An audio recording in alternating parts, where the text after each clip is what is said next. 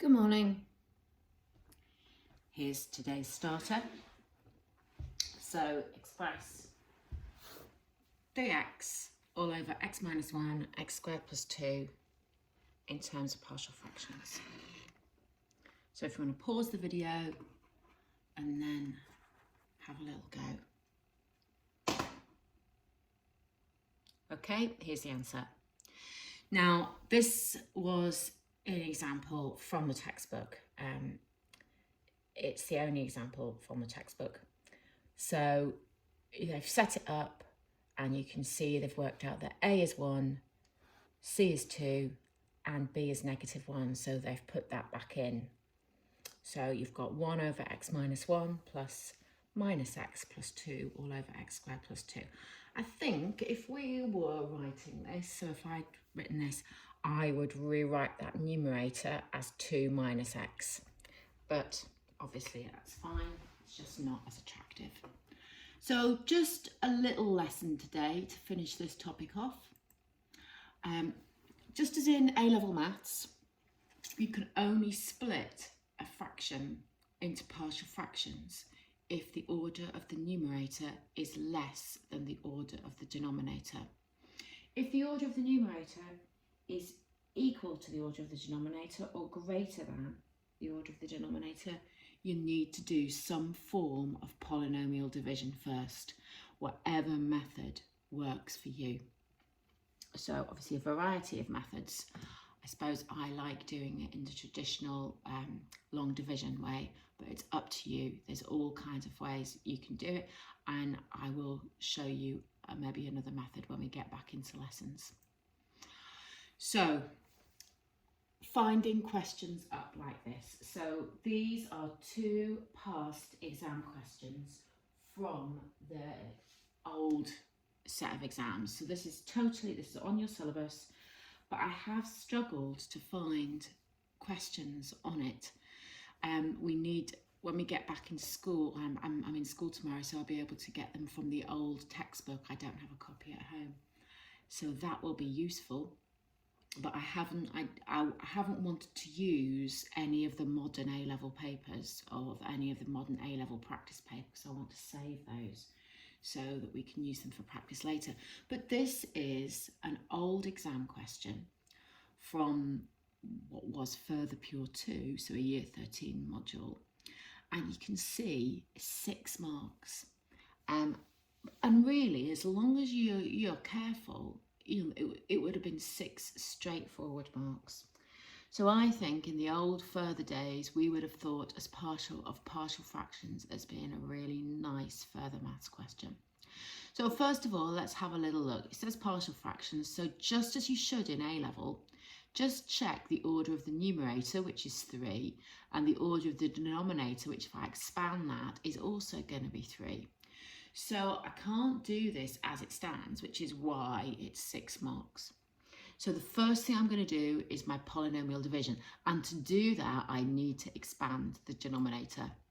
So I've expanded the denominator, just check I've done that correctly. X cubed minus 2x squared plus 4x minus 8. And I've written them in descending order of power. So I've got order 3 over order 3. Now that means my orders are equal, therefore I cannot do partial fractions yet. So I'm going to do some polynomial division. So just make sure you divide the right thing get it the correct way round. So I'm going to do x cubed divided by this. Now I'm a fan of putting in 0 terms, because otherwise I think you can lose your balance with it. So I can see that x cubed goes into x cubed once. So I multiply my divisor by 1 and then I subtract to find the remainder. So you can see my remainder is 2x squared minus 4x plus 8. So when I've done my division, I can now write this as 1 plus this fraction. Now this fraction now has a numerator with order 2 and a denominator with order 3. So that means I can now split this up into partial fractions. So I'm going to step aside, I'm sort of going to leave that there. So it may be that you want to sort of make a mark, you know, that's where you're going back to. So I'm now going to step outside, so to speak, and I'm going to split up this fraction using the method that I know because I've got a quadratic factor here. So a over x minus 2 plus bx plus c over x squared plus 4. Now you are going to do exactly what you did yesterday. Okay, so combine these over the common denominator, doing your thing. Okay, you don't need me to tell you how to add fractions together. You've been doing that for some time. Okay, and then you've got equal denominators, so you can equate your coefficients. You know, if we're being super correct, that would be an identity symbol. And you can see that if you put x equals 2 in, this is going to disappear. So if I substitute in x equals 2, I am going to get 8 equals 8a. Therefore, a is 1. And now, what do? I can't see an easy option, so I'm going to compare coefficients. Big fan of comparing coefficients. So I'm going to look at the x squared term. Now on the left, your x squared term is 2, and on the right, you're going to get an ax squared and a bx squared. So 2 is a add b. You know that a is 1, so b must be 1. All good. And now, what could you do? You need to find c. So what you could do is you could let x equal 0, which what I've written here, look at the constant term. So I've got 8, and then I've got 4a minus 2c. So b is not involved in the constant term. So 4a minus 2c, you know that a is 1, so just do a bit of a rearrangement. So you can see 2c is negative 4, so c is negative 2. So I've now gone back to where I made my mark there. I've got 1 plus this fraction. So my final answer is going to be 1 plus a over x minus 2 plus bx plus c. So if I put my values in, you can see I've written it in partial fractions. Okay, different way of doing it.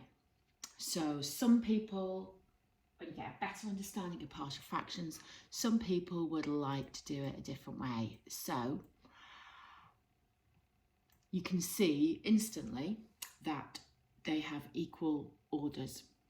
Now you know that the way that you have to do partial fractions is the order of the numerator has to be less than the order of the denominator, and you can't change the order of the denominator unless there's any kind of cool cancelling thing, and that's not happening here. So you need this numerator to be a quadratic at the, at the most. Okay, it could be a quadratic where the coefficient of x squared is 0, but it can't be a cubic. It's got to be less than that. So what you can do is you can sort of think, well, I know if these are of equal order, if I divide this by this, then my quotient is going to be a constant. It's going to be a whole number. It's not going to be an x term. It's not going to be an x squared term. If this was x to the power 4, I would know that if I did some division, I would get an x term. So I'd get a linear quotient.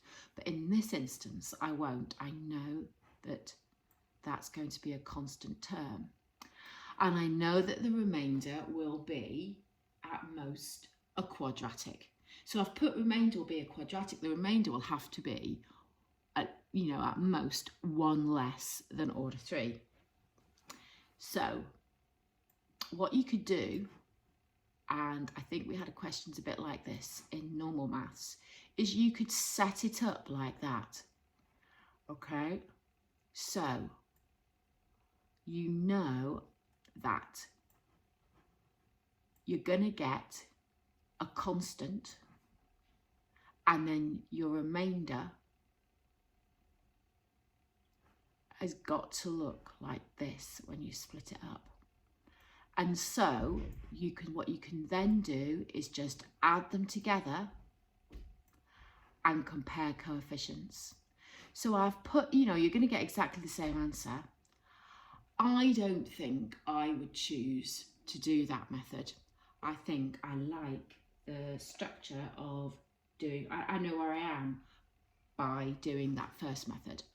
I much prefer this method where I know where I am, I do the division, but some people do really like setting it up like this. So, you know, you've got a choice. And can you now do this question? These are the only 2 questions that I've found up from past exam papers. So again, this would carry a lot of marks. I will be able to send you some more after tomorrow when I get that old textbook. And here's the answer. Thank you.